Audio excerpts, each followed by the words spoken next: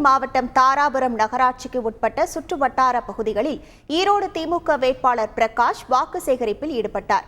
இறைச்சி மஸ்தான் நகர், காமராஜபுரம், மாரியம்மன் கோவில், 5 சாலை சந்திப்பு உள்ளிட்ட பல்வேறு இடங்களில் திமுக வேட்பாளர் பிரகாஷ் உதயசூரியன் சின்னத்திற்கு வாக்கு சேகரித்தார்.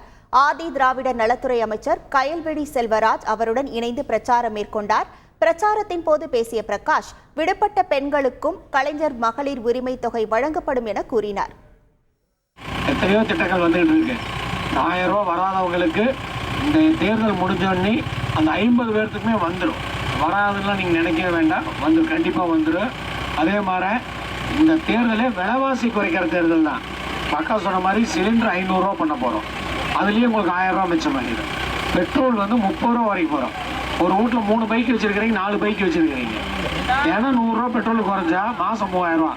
அப்போ என்ன, 5000 ரூபா உடனடியாக உங்களுக்கு விலைவாசி குறையும். செய்திகளை உடனுக்குடன் தெரிந்து கொள்ள உடனே சப்ஸ்கிரைப் பண்ணுங்க.